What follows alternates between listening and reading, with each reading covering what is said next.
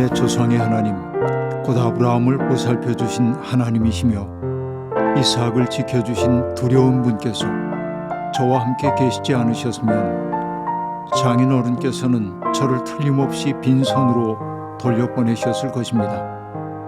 그러나 하나님은 제가 겪은 고난과 제가 한 수고를 몸소 살피시고 어젯밤에 장인 어른을 꾸짖으셨습니다. 창세기 31장 42절 말씀.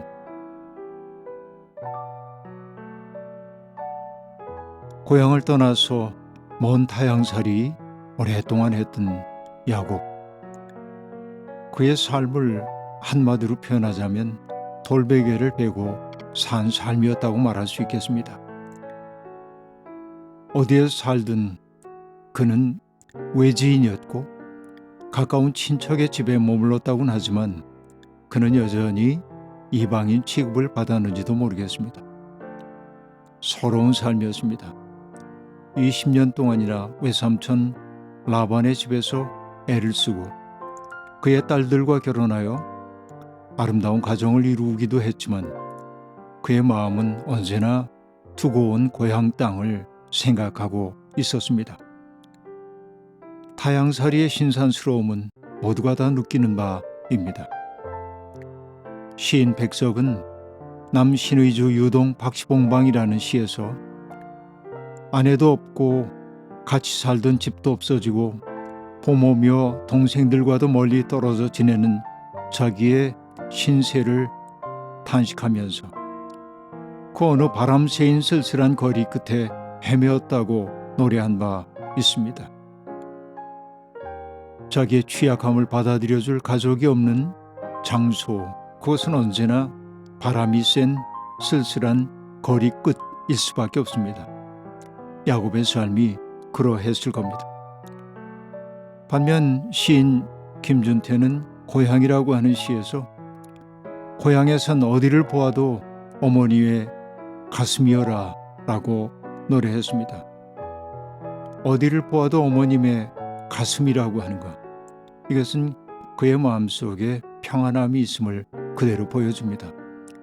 고향 상실, 이것이 근대인들 누구나 다 느끼는 고통이라고 말할 수 있겠습니다.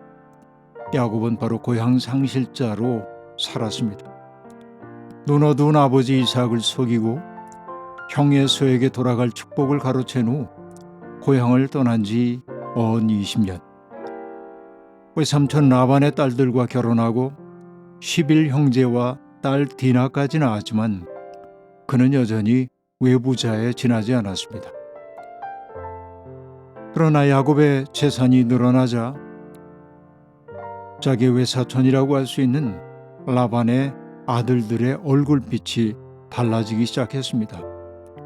재산의 문제는 언제나 사람들을 갈등 속으로 몰아넣지요. 위험을 눈치챈 야곱은 고향으로 귀환할 결심을 하고 야반 도주하듯 그 땅을 떠나게 됩니다. 그 옛날 고향을 떠나올 때 그러했던 것처럼 그는 또 다른 도망자가 되어 외삼촌 라반의 집을 떠나야만 했던 것입니다. 야곱이 도망한 지 사흘 만에 그 소식을 들은 라반은 친족을 이끌고 7일 동안이나 그의 뒤를 쫓아왔습니다. 아마도 괘씸한 생각이 들었는지도 모르겠습니다. 길앗 산간지방에서 이 두 집단이 만나게 되었습니다. 야곱은 큰 위기를 느낍니다. 비로소 야곱은 한탄하듯 자기가 겪어왔었던 그 일에 대해서 말하기 시작합니다. 낮에는 더위에 시달렸고 밤에는 추위에 떨면서 눈붙일 겨를도 없이 지내왔다고 말합니다. 20해를 한결같이 살았지만은 장인은 10번이나 품삯을 바꿔치므로 그에게 정당한 대우를 해주지 않았다고 얘기합니다. 그리고 그는 마침내 이런 고백이 이르지요. 하나님이 함께 하시지 않았더라면 자기는 빈손으로 돌아가게 되었을 것이라고 삼촌에게 항의합니다. 그런 항의가 삼촌의 분노를 자아낼는지 아니면은 후회를 자아낼는지 알 수 없지만 그는 극한에 몰려서 해야 할 모든 이야기를 다 쏟아냈습니다. 그리고 그가 한 그 고백이 오늘 본문의 말씀입니다. 그러나 하나님은 제가 겪은 고난과 제가 한 수고를 몸소 살피시고 어젯밤에 장인 어른을 꾸짖으셨습니다. 하나님의 권위에 의지하여서 장인 어른에게 이런 메시지를 던지고 있는 것입니다. 라반은 자기의 잘못을 시인했습니다. 그리고 이 두 집단 사이에 더 이상의 갈등이 지속되지 않기를 원한다고 얘기했습니다. 그래서 야곱과 라반 그 사이에 돌 무더기를 쌓고 평화 조약을 맺게 됩니다. 바로 그 증거의 무더기, 아람어로는 여갈 사하두다라 하고 히브리어로는 갈리엣이라고 하는 돌 무더기가 쌓여졌습니다. 그것은 다른 말로 미스바라고도 하는데 미스바는 망대라고 하는 뜻이기도 합니다. 우리는 나중에 이 미스바가 민족 대각성운동의 현장이 되었다는 사실을 잘 알고 있습니다. 그들 사이에 맺어졌던 평화협정, 그 협정을 통해 그들은 맹세했습니다. 서로가 침범하지 않기를. 그리고 함께 제사를 지냈고 그리고 사람들을 초대하여 식사 자리를 베풀었습니다. 자칫하면 갈등이 폭력으로 비화될 수 있는 그런 현실 속에서 하나님의 개입을 그들이 두려운 마음으로 받아들였기 때문에 그들은 화해할 수 있었고 화해의 식사를 함께 나눌 수 있었던 것이지요. 라반은 손자, 손녀들과 딸들에게 입맞추고 그들을 축복하여 주었습니다. 이런 일을 가능하게 했던 분이 정의를 세우시는 하나님입니다. 우리도 살아가면서 수없이 많은 부정의의 상황을 맞닥뜨릴 때가 있습니다. 원망의 마음, 미워하는 마음이 우리 속에 불현듯 솟아오를 때도 있습니다. 누군가와 더불어서 더 이상 대화가 불가능하다고 하는 생각이 들 때도 있습니다. 우리의 마음속에 불쑥 폭력의 욕구가 자리 잡을 때도 있습니다. 그럼에도 불구하고 하나님은 우리가 대화를 통하여서 평화를 선택할 수 있기를 바라고 계십니다. 그리고 누군가와 더불어 평화를 누린다고 하는 것은 바로 누군가를 우리의 삶 속에 소중한 이웃으로 받아들인다는 의미일 겁니다. 그가 내게도 소중한 사람임을 받아들이는 것이 화해의 사건이라고 말할 수 있겠습니다. 갈등을 넘어 화해하는 일에도 용기가 필요합니다.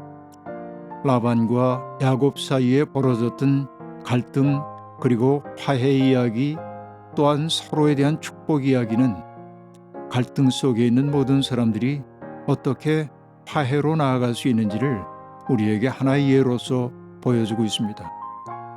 오늘을 살아가면서 마음속에 도저히 용납할 수 없는 사람이 여러분에게도 있습니까? 온전히 그를 용서할 수 없다고 한다면 하나님 앞에 그 문제를 가지고 가서 온전하게 하나님의 뜻이 무엇인지를 여쭈십시오. 그리고 할 수 있다고 한다면 미워하는 마음, 증오하는 마음, 그것을 내려놓을 수 있도록 기도하시길 바랍니다. 그리고 마침내 그와 화해할 용기가 생겼을 때 다가가 손 내밀 수 있는 그런 용기가 우리에게 솟아나기를 바랍니다. 하나님, 공의와 정의가 무너진 세상에서 사는 동안 우리 가슴에는 피멍이 들고 말았습니다. 심은 대로 거두는 것이 자연의 이치이지만 인간 세상에서는 그런 법칙이 적용되지 않는 것 같습니다. 오직하게 일하는 이들은 언제나 손해를 보고 약삭빠른 사람들은 제목 이상을 누리곤 합니다. 그러나 하나님의 뜻은 비록 더뎌 보이도 반드시 이루어짐을 잊지 않게 해주십시오. 저 얼음장 밑으로 흘러내리는 물이 봄을 재촉하는 것처럼 주님의 시간이 우리에게 다가옴을 깨닫게 해주십시오. 거친 땅에 씨를 뿌리는 농부처럼 우리도 갈등과 폭력의 땅에 사랑과 평화, 화해와 용서의 씨를 뿌리며 살게 해 주십시오. 아멘.